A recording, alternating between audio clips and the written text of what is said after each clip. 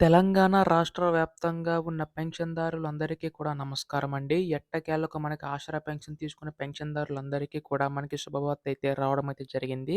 So, మంత్రి సీతక్క గారు మనకి ఒక కీలక అప్డేట్ అయితే జారీ చేశారండి. ఈ యొక్క ఆసరా పెన్షన్ సంబంధించి గాను మనకి ఈ యొక్క పెన్షన్ పెంచే ఆలోచనలో తెలుస్తుందండి. సో, ఈ యొక్క పెన్షన్ నిధులు ఎప్పటినుంచి అమలు చేస్తారు? అలాగే డిసెంబర్ మనకి గత నెలలో చూసుకున్నట్లయితే పెన్షన్ కట్ అయిన వారికి ఎప్పటినుంచి ఇస్తారు? ఈసారైనా ఇస్తారా? ఇలా చాలా మందికి డౌట్ అయితే ఉంది కదా! ఈ వీడియోలో మొత్తంగా తెలుసుకుందామండి. సో, మొత్తంగా చాలామంది 3,00,000 మంది పైగా పెన్షన్‌దారులైతే ఉన్నారు. సో, వారందరి ఖాతాలో కూడా ఈ యొక్క డబ్బులనేవైతే పడతాయన్నమాట. సో, ఎప్పటినుంచి వేశారో ప్రతి అప్డేట్ కూడా ఈ వీడియోలో మొత్తంగా తెలుసుకుందామండి. అంతకంటే ముందు కొత్తగా ఎవరైనా మన ఛానల్‌ని చూసినట్లయితే దయచేసి వెంటనే ఛానల్ అయితే సబ్స్క్రైబ్ చేసుకోండి. దీని ద్వారా నేను పెట్టే ప్రతి లేటెస్ట్ అప్డేట్ కూడా మీకైతే ముందుగా తెలుస్తదండి.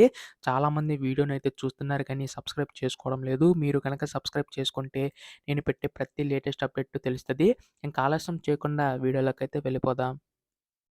సో, మనకిక్కడ తెలంగాణ రాష్ట్ర వ్యాప్తంగా ఉన్న రాష్ట్ర ప్రభుత్వం మనకి పెన్షన్‌దారులందరికీ ఉపయోగపడేలాగా మనకి ఈ యొక్క ఆసరా చేయూత పెన్షన్ తీసుకొచ్చిందండి. ఈ ఆసరా పెన్షన్ రద్దు చేస్తే దాన్ని ఆసరా చేయూత పెన్షన్ కింద ఇవ్వడం అయితే జరుగుతుంది. సో, దీనివల్ల ప్రతి ఒక్క పెన్షన్‌దారుకి కూడా లబ్ధి చేకూరుతుందని చెప్పి రాష్ట్ర ప్రభుత్వం అయితే భావిస్తుందనమాట.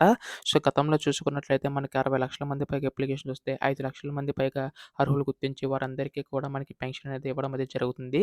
అయితే ఇప్పుడు చూసుకున్నట్లయితే మనకి ఈ యొక్క పెన్షన్ పెంచే ఆలోచనలో తెలుస్తుందండి రాష్ట్ర ప్రభుత్వం అయితే.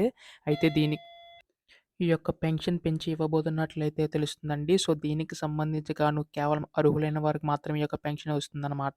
సో, ఖచ్చితంగా ఎవరైతే ఈ కేవైసీ చేయించుకుంటారో, ఎన్‌పీసీఐ లింకప్ అయితే చేయించుకుంటారో వారందరి ఖాతాలకు కూడా ఈ డబ్బులు జమ చేసే అవకాశం ఉందండి.